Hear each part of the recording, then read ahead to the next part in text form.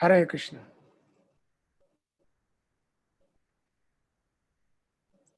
Om Jnana Tremendasya Jnana Gana Salakaya Chaksusumita Yena Tasmāt Sri Gurave Namaha Sri Chaitanya Manobhishtan Stapita Yena Bhutale Saya Rupa Kadama Yandadati Samparantika Vandeham Sri Guru Sri Tampada Kamala Sri Guru Vaishnavascha Sri Rupa Sagjata Sagana Raghunatha Sadivan Sadhuita Sabadhuita Parijana Saita Sri Krishna Chaitanya Devan Sri Radha Krishna Padasahagana Lalita Sri Vishakavitanscha He Krishna Karuna Sindhu Dinabandhu Jagatpate Gopesa Gopika Kanta Radha Kanta Namasute Tataka Chanago Ange Radha Vrindavan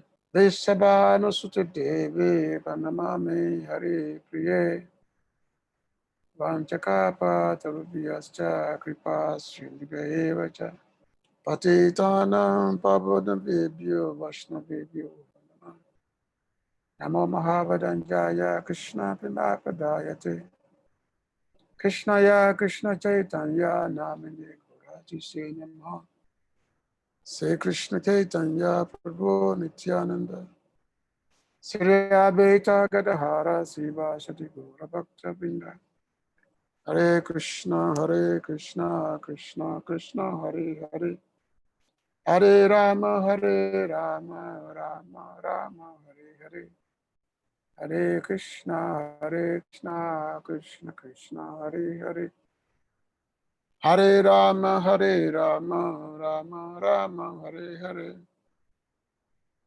Ananda Lila Maya Vigraya Emabadiva Chavisundaraya Tasma Maha Premarasa Pradaya Chaitanya Chandaya Namastate Chaitanya Chandaya Namastate Chaitanya Chandaya. So this is the I'm very horrible here. So this is the first of me participating in the online version of ISKCON Vrindavan's Bhagavad Gita. So I guess it's going to be very interesting. You can have an interesting discussion. So today it's Bhagavad Gita, chapter 4, text number 15. Lord Krishna is instructing his dear disciple and devotee, Arjuna. The topic is the transcendental knowledge, Jnana Yoga. Evaṁ jñātvā kṛtaṁ karma pūrvaiḥ api mumukṣubhiḥ kuru karmaiva tasmāt tvaṁ pūrvair pūrva-taraṁ kṛtam. Just open my version here. See. This.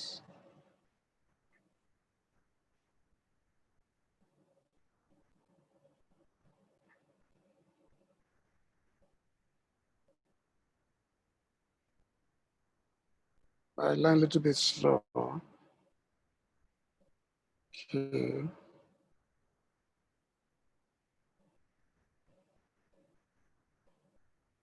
So Lord Krishna is telling Arjuna, he said all the liberated souls in ancient times acted with this understanding of my transcendental nature. Therefore, you should perform your duty following in their footsteps. Papa Bashla Prabhupada. There are two classes of men. Some of them are full of polluted material things within their hearts, and some of them are materially free. Krishna consciousness is equally beneficial for both of these persons. Those who are full of dirty things can take to the line of Krishna consciousness for a gradual cleansing process, following the regulatory principles of devotional service. Those who are already cleansed of the impurities may continue to act in the same Krishna consciousness so that others may follow their exemplary activities and thereby be benefited. Foolish persons or neophytes in Krishna consciousness often want to retire from activities without having knowledge of Krishna consciousness. Arjuna's desire to retire from activities on the battlefield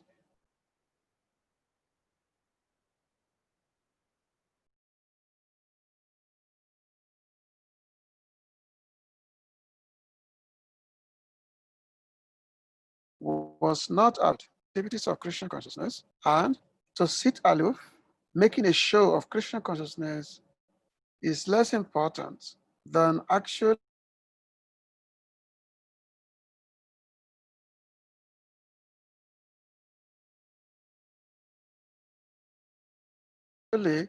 Krishna. Arjuna is here advised to act in conscious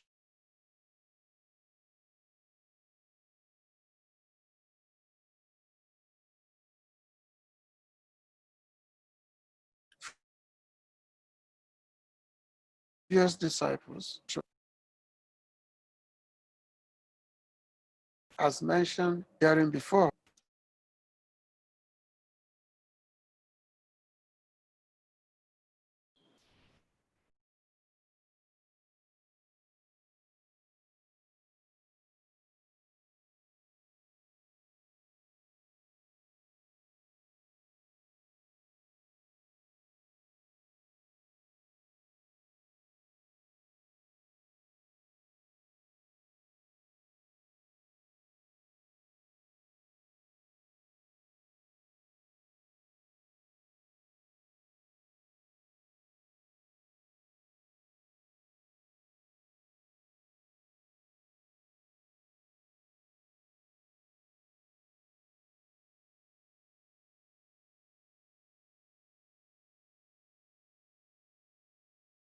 Just go back a little bit.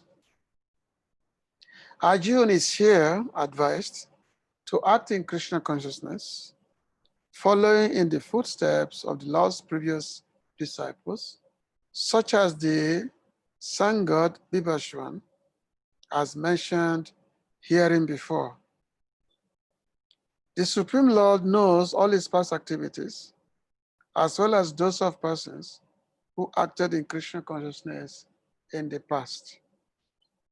Therefore, he recommends the acts of the sun god, who learned this art from the Lord some millions of years before. All such students of Lord Krishna are mentioned here as past liberated persons engaged in the discharge of duties allotted by Krishna. Evaṁ jñātvā kṛtam karma pūrvair api mumukṣubhiḥ kuru karmaiva tasmāt tvaṁ pūrvaiḥ kṛtam. All the liberated souls in ancient times acted with this understanding of my transcendental nature. Therefore, you should perform your duty following in their footsteps. So the Lord continued instructing Arjuna. about this transcendental knowledge in terms of performing actions without becoming attached to them. This is basically called niskama karma, niskam karma yoga, whereby one performs duties, but one is not attached to such duties. And by such performance, one is not entangled in the material world. Because every activity that we perform in this material world, it creates entanglement. Because we do something, there is a karma for it, and then the karma, that becomes the source of entanglement. Why? Because the activities are performed for the purpose of sense gratification, for the purpose of gratifying oneself, basically. Whereas when there's a yoga comes in, whereby there's an involvement of performing such activities for the satisfaction of the Lord, then one is not bound by the performance of such activities. This is called a niskam. Niskam means desireless activities. There's no desire. It's called desireless. The activity is there, it's performed, but there's no desire to enjoy the fruit of such activities. So in the beginning of the Bhagavad Gita, the Lord told Arjuna that he instructed this transcendental science, this knowledge, to the sun god Vivaswan. And then Vivaswan, he instructed his son, Ishwara. And then Ishwara in turn instructed Manu. So which means this knowledge comes down. First, the origin of the knowledge is the Lord himself. The Lord gave this knowledge to the sun god, and then the sun god gave to his son, Ishwara, and then Ishwara gave this same knowledge to Manu. So therefore, the Lord said, evaṁ param parapraptam, imam rajasalyo vidu. So therefore, this knowledge comes in the disciplines of section. So it's not a speculative knowledge. Whereas the speculative knowledge, this is called whereby it's not a discerning process what comes down. Whereas this process of speculating, using one's own senses, trying to gain knowledge. So that's always there's always a lot of fault in that. So basically, the perfect knowledge is that knowledge that comes through a disciplic chain of succession. Just like if you trace our Guru Parampara system, they all go through chain. Just like at the beginning of the Bhagavad Gita, we see that yes, we have the chain of the split section. From the bottom, we have Srila Prabhupada, then is Guru, Srila Bhaktisiddhanta, then is Guru Krishna Das Babaji Maharaj, then is Guru Bhaktivinoda Thakur, and then it goes all the way to Chaitanya Prabhu, and then all the way to Lord Brahma, then ultimately, to Lord Krishna. So this knowledge is perfect knowledge because it's coming from a perfect source. The perfect source is the Lord himself. And of course, in the following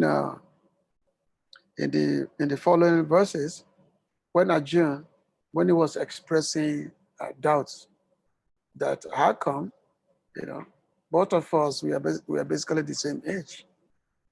Arjuna said that we are both the same age. Actually, when Lord Krishna was speaking Bhagavad Gita in the battle of Kurukshetra, that time the Lord was about around 100 years old. 100 years old from the time he appeared in this particular advent. So he was basically 100 years old, and Arjuna is of the same age. So they are both intimate friends. So Arjuna was saying that we are both the same age. We're the same age. So how come you are saying that you have spoken this knowledge to the sun god some millions and millions of years ago? Why is that? And then the Lord said that Jama Kamechame Divyam Evaṁ said that, look, I have taken so many, many births, just as you have taken so many, many births. However, I can remember all of them, but you cannot. Why is that? Because He is the Supreme Lord. He's all-knowing. Past, present, and future, they are within His domain. And the law, and of course, the Lord says, He said, my body is not a material body. He said, my body, Jama Kamechame Divyam, he said that my birth, my activities, this is all transcendental. So the Lord basically, He makes His appearance, He makes His disappearance, but they all are transcendental. He's making His appearance or making His disappearance. It's not controlled by the material energy. Whereas all other living entities, they are taking birth and dying, it's all under the control of material energy. The Krishna's appearance and disappearance is, the Lord comes according to His own sweet will, and similarly also, when He disappears, it disappears according to His own sweet will. And also all His activities, which He performs, they all are transcendental activities. They are transcendental. All the Lord's activities, they are not dictated by material energy. As a matter of fact, material energy, Maya especially, Maya Devi, she's under the control of the Lord, as mentioned in the Bhagavad, that the Maya, she's like a shadow that's always stand behind the Lord, cannot even come to the front. So this knowledge that is there, the knowledge of the Lord's activities, His various appearance and disappearance. So the great personalities, they have this knowledge. They understand that yes, the Lord makes His appearance, He performs so many activities. And when the duration of some activities have come to an end, then the Lord cannot pass time whereby He disappears. But all this are transcendental. So all the great sages, the great saintly kings, so they all understand this way. So here, because the personalities, they understand this way, so all their actions, all their particular action that they are performing, it mentioned here that it's not bound by material energy. It's not bound. Because why? Because there is the absence of false ego. Because we perform so many activities, and we think ourselves to be the doer of all the activities we're performing. So because we think ourselves to be the doer of all our activities, so therefore we become bound by it. And so we perform activities, and all of our activities will be determined. That will determine our next birth.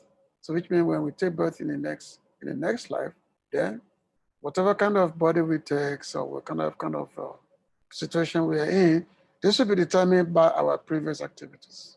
But whereas the transcendental personalities, their activities are not determined by such, because the activities is called as I mentioned earlier, niskam karma, which means because they are performing desireless activities, because there's no desire there, and also because they are free from false ego. So therefore, they are not bound by that. So as they say, whatever they do, it is the source of their liberation, whatever they do. So in the let me just see here. So similarly also, the Lord is mentioned Now, in the previous verse of the Gita, the Lord talked about his previous activities. Let me just get it here.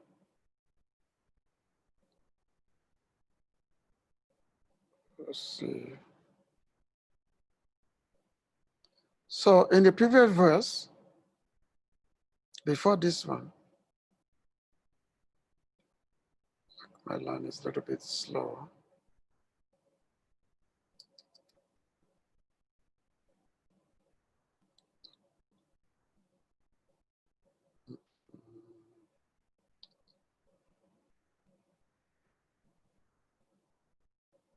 Smart internet is slow here.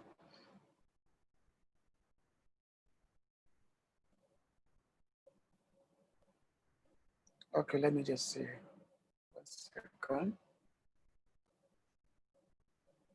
So in the previous verse, the Lord says, "Na mam kamani limpanti, na me kama fale sprayer, itiman yo bijanati kama binas, nasa badiete."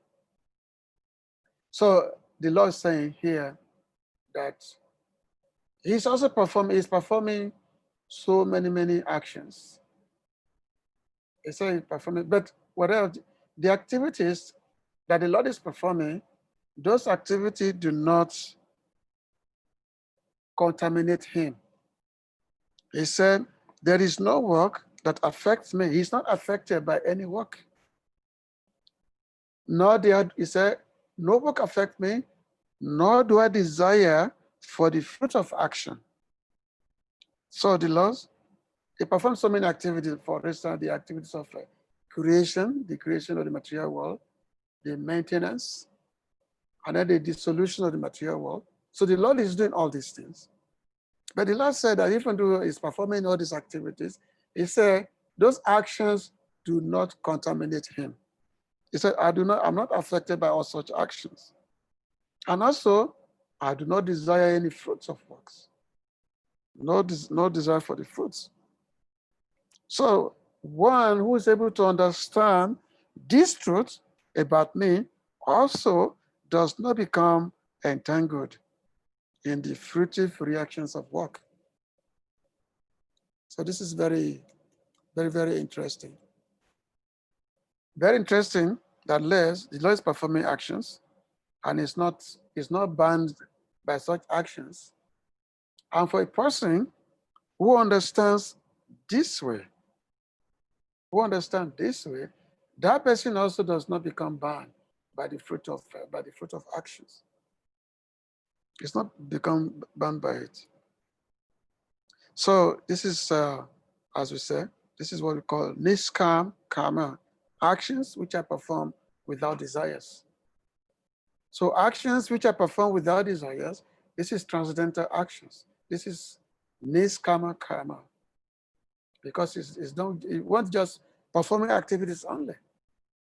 And that's why, that is what so many great personalities in the past, this is how they have molded their life. Like personalities like Janak Maharaj, who was the father of Mother Sita, Janaka Maharaj. He was a great king. Engaged in the administration of his kingdom. But at the same time, also, Janak Maharaj happened to be one of the greatest authorities in the spiritual matters. He's one of the greatest authorities in the spiritual matters. As a matter of fact, he is also one of the Mahajans. There are 12 Mahajans, and Janak Maharaj is one of them. Janako, Bhishma, Valibayan. So there are many Mahajans, and Janak Maharaj is one of them. But being a king means you have to perform so many different duties, different actions of maintaining the kingdoms. Sometimes may have to chastise the miscreants, the ruffians, all these things. You have to reward some, chastise some. So all this is there. But these are the duties that are mandated to be performed by the king. However, because the king is simply seeing himself as an instrument, So therefore, he's not bound by the result. He's not bound by the resultant actions of such duties. It's not bound by it.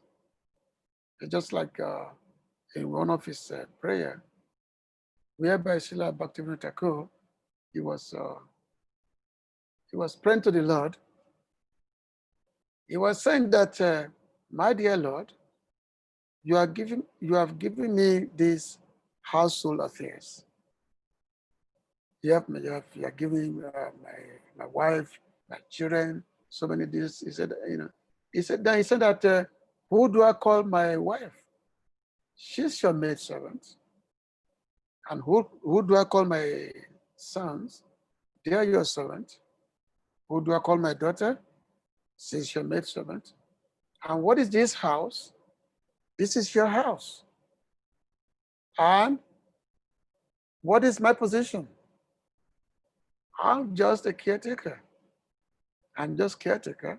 So therefore, any happiness or distress that may come from the administration of this house, it does not affect me. I'm not affected by it because I'm just a caretaker. These are your properties. You're your servant, your house, everything. I'm just a caretaker of the house. So therefore, I'm not affected by any happiness or distress that may come, from this house. So this is the mentality of pure devotees, because they simply see themselves only as the instrument of what the Lord has given. So therefore, when Arjuna, when he was thinking that, this fighting of the family members, the cousins, is going to result in so many, unpleasant things, a lot of death, and so many ladies become widows, so many young children. What's going to happen? So he was giving so many reasons why this fight should not take place. It was so therefore Arjuna was thinking that, okay, maybe this is not something I should do. I should just become a sannyasi, just go to the forest. So therefore the Lord is saying that no, the activities must be performed. Okay, we have some light off. So he said that the Lord is saying the activities must be performed. And then the Lord is saying that, now, how do you perform these activities? Because never consider yourself to be the doer of the activities. Because if you think yourself to be the doer of the activities, then you have the problems. Because you are thinking yourself to be the doer, then ultimately you also will be thinking yourself to be the enjoyer of such activities. So therefore, the Lord is saying that yes, just like these previous personalities, evaṁ jñātvā kṛtaṁ karma, pūrvair api mumukṣubhiḥ, kuru karmaiva tasmāt tvaṁ, pūrvaiḥ kṛtam. So the Lord is saying that, those persons who are well aware of my actions, of my activities, knowing that yes, I am performing these activities just for the sake of those activities, but at the same time also, I'm not affected by them. I'm not bound by them. I'm always transcendental to those activities. So therefore, those persons, they become liberated by such understanding. And because they similarly perform their actions, because they have understood the way I perform my actions. So therefore, they become liberated by such performance. So therefore, the Lord is saying, now the Lord is not telling Arjuna that now, just as the ancient persons, just as they have performed their actions, those ancient personalities, like Janak Maharaj, Manu, just as they have performed their actions, so you should also follow their footsteps. You should do the same thing as they have done. So the Lord telling Arjuna, kuru karmaiva tasmāt pūrva-taraṁ. Pūrva-taraṁ means the previous personalities. The Lord said that you should perform your action as the ancients have performed it. You should perform your action as them, following them. As they say, because the great personalities of the past, they have left behind so many duties, paths. They've left behind so many things by which we are supposed to follow their paths.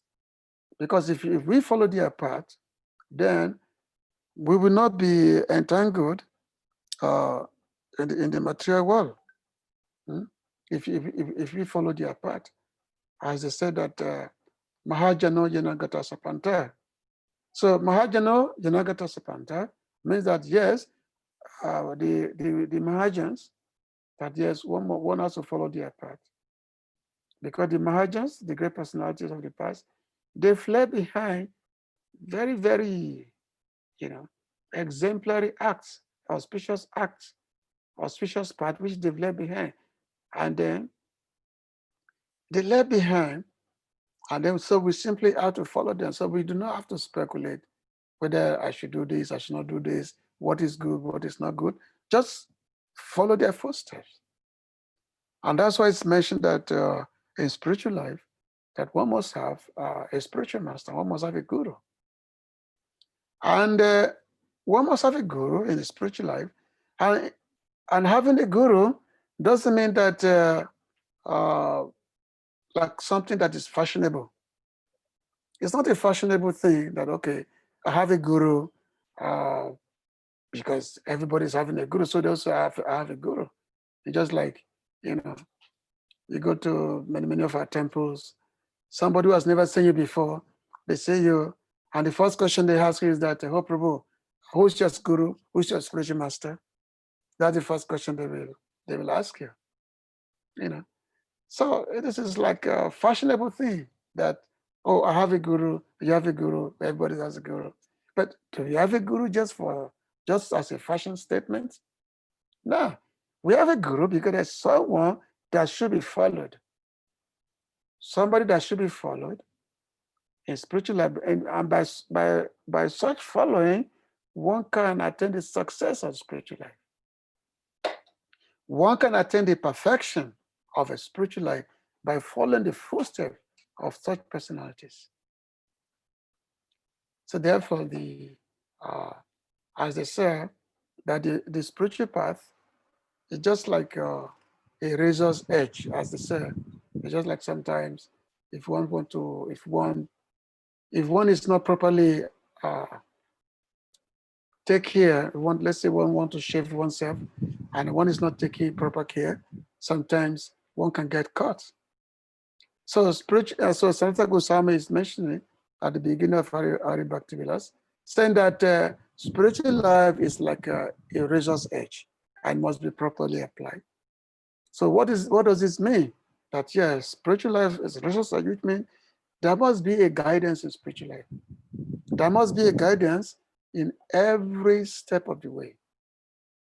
That's the only reason why we have a guru. We have a guru to show us the way, and then because such guru is giving example by his own activities, by his own act, and then we follow his way, then ultimately we can also attain success. So that's why, as they say, that the guru must be a qualified person, and similarly also disciple must be similarly qualified. Because the moment one turns one back to the material world and accept the shelter of a guru, then one's life become different.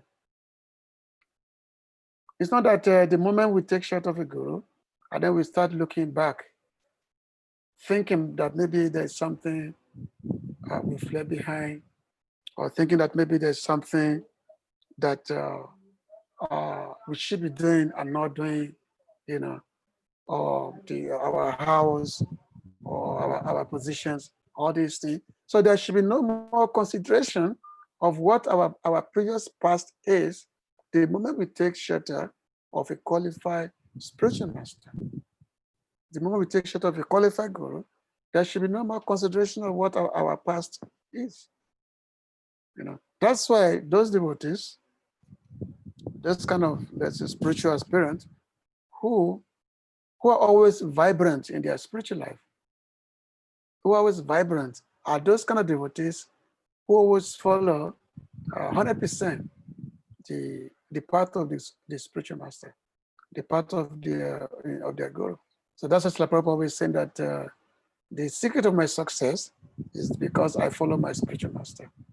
So that's the secret of my success, is because I follow my guru. So we can, whatever the guru said, we can now second guess what he said. Like Ishwara Prabhu, we said that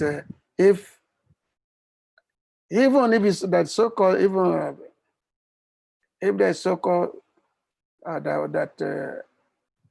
that may be a consideration that maybe the guru is wrong, he said, no, he's always right. He's never wrong. He's always right. He's never wrong. And this point, again and again, Lord Krishna emphasizes this again and again, right here in the Bhagavad Gita. The Lord mentioned that in Bhagavad Gita. So that Tavidi Paripatina, Paripajna Sevaya, that one must approach his spiritual master, one must inquire from him, Pariprashnana, then Sevaya, one must render service unto him. Inquiry, render service, and the Lord says that by such thing, by such following, a person can understand what is spiritual life. What is the person can attain the success, of a spiritual life. So therefore, the Lord tells Arjuna here that yes, the personalities of the predecessors, one must follow them. One must follow the predecessors of of the path which they have tread. We have to follow them, and then if you follow them, then the success in life is there. So therefore, the Lord is telling Arjuna that yes, non-performance of your duty is the dereliction, the banner performance of duty, especially you're a Kshatriya. A Kshatriya must fight. That's the duty of a Kshatriya. A Kshatriya must fight. And if a Kshatriya give up the spirit of fighting just because the act is difficult, then that is considered wrong. So especially within the realm of an ashram, one's duty must always, have to be performed. The duty must be there. One cannot give up duty, because all the personalities of the past, they all follow such. Everyone, they have performed their duties. They follow that, and then they did not give up performing their duties. So similarly, also, just as the past, the ancient have done, as the Lord said that just the same must be followed. Similarly, also, like we accept the guru, we accept the spiritual master, and then whatever the guru, the spiritual master, don't give instruction he gave, and the kind of example he set, then we have to follow. So, and in this way, if you do that, then we will always be joyful. The success in spiritual life will be there, and then the happiness will be there. The joy will be there. So, which means that those who are on the path of Krishna consciousness, and they seem to be morose all the time, because they're not doing the right thing. Because the guru says something, I think that you have a different ideas. So how can one be happy? The happiness cannot be there. So this is the gist of the Lord is telling Arjuna here in this text. So the text again, evaṁ jñātvā kṛtaṁ kāma, pūrvaiḥ api mumukṣubhiḥ, kuru karmaiva tasmāt pūrva-taraṁ kṛtam.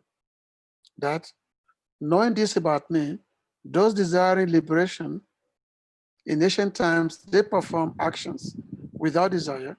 Therefore, perform actions as the ancients performed it, following after their predecessor. So just as the ancients have done, you should also follow the same. In this way, you will also attain success. You'll be liberated from the ocean of material existence.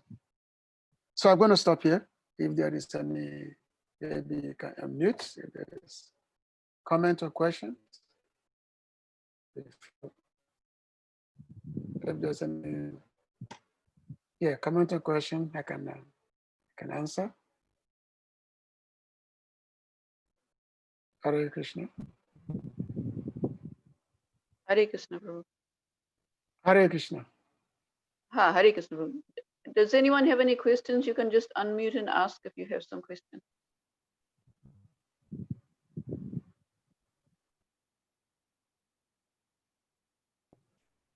Hare Krishna, Prabhu. Dandavat pranam. Yes, Hare Krishna. Hare Krishna. Prabhu, thank you for a wonderful class. Just wanted to know what is the difference between akarma and nishkam karma yoga? Yes, karma is the activity which you are performing, and every karma, every activity that we perform, there will be corresponding results, either good or bad. So that is karma. Whereas niskam is desireless karma, desireless. Nis means this is the negation. Is a desireless karma, which means karma perform without desire for the results. Okay. For example, the activities in Krishna consciousness is considered to be desireless karma because we are performing the activities for the pleasure of Lord Krishna. Just like we go and we go and distribute books, and we come back. We give everything because we want to go to please Krishna. That's just we're not doing it because we want to get the personal glory. The moment there's a desire for personal glory or satisfaction, that is karma. But if this desire for personal glory is not there, it's just to satisfy the Lord, to satisfy the Guru. That is desireless karma, and that is what gives us liberation. That's what gives us the real happiness of the soul. Like Lord Krishna says the same thing. Not Lord Krishna. The Sutta Goswami, he said the same thing in Bhagavatam also, saying that ahai tuki apratiyata ayatma suprasidati. That yes, the one performs service without any expectation of reward or the result, anything like that. And that action, the soul becomes satisfied. The soul becomes happy by such actions. So desireless karma is always be there because as long as we're in the material world, we always have to perform karma. But it's just what is the intention behind the karma. So Krishna is telling Arjuna to fight. Said that you must fight, but fight for me. You act as my instrument. So that is desireless. That is niskama karma. It's desireless karma. So that's what we should strive for. We should strive for that. And how does that compare with akarma? Or akarma and nishkam karma yoga is the same? No. Okay. Akarma, like you say, akarma, niskama. Akarma means akarma seems to it's actually like a non-performance of karma, non-performance. Like if you just want to remain, like want to just give up, okay, I don't, because due to fear, we say, oh, okay, if I do this activity, the result may not be good. So therefore, we decide not perform the activities. So this is actually a karma, that which is not so much recommended. So a karma, which is because niskama means the niskama karma, desireless action, but it's a different from a karma whereby one simply do not want to perform action because there's a fear of the result. But if one perform action for Krishna, there can be no fear of the result. Krishna said that, Mahasricha, do not fear. And when Krishna told us, said, do perform your action, you have nothing to fear because you are doing it for my pleasure only. So the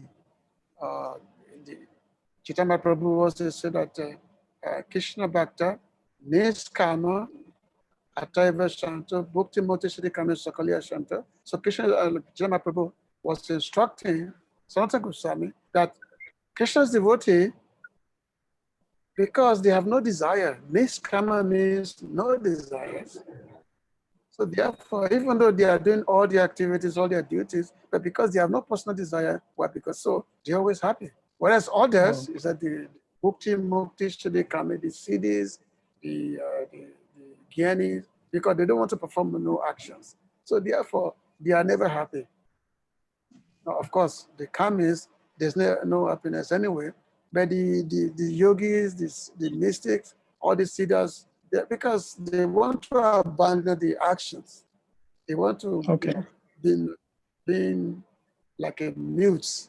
So therefore, there's no satisfaction.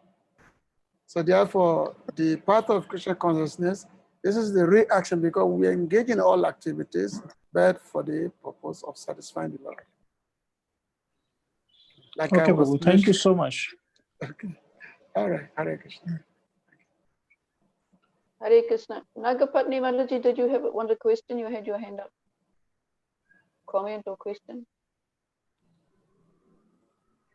No, I was just mentioning that they speak about a karma later on in verse 17, which I'll be lecturing on. And actually it's inaction is referred to the karma that doesn't have reaction to it, karmic reactions, and that would be actions in Krishna consciousness. Yeah, that's niskama.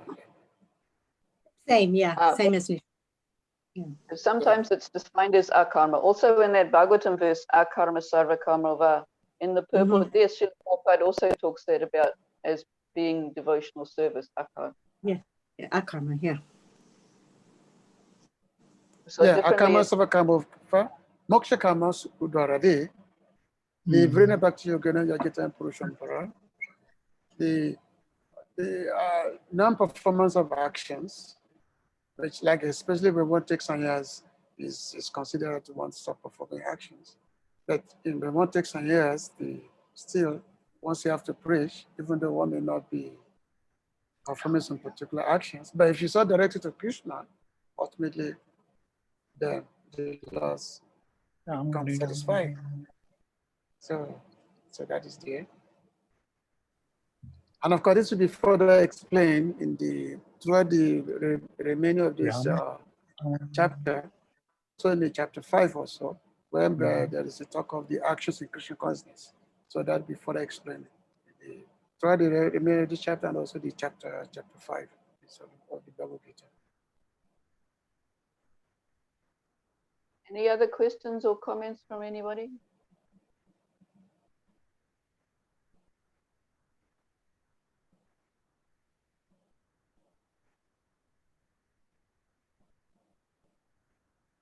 Seems like no, Prabhu. Thank you very much, Prabhu. Okay. Thank you very much for inviting me. So, Thank you. Hare Krishna. Thank you, Prabhu. Hare Krishna. Thank you for everyone. Jai Srila Prabhupada. Srila Prabhupada ki Jai.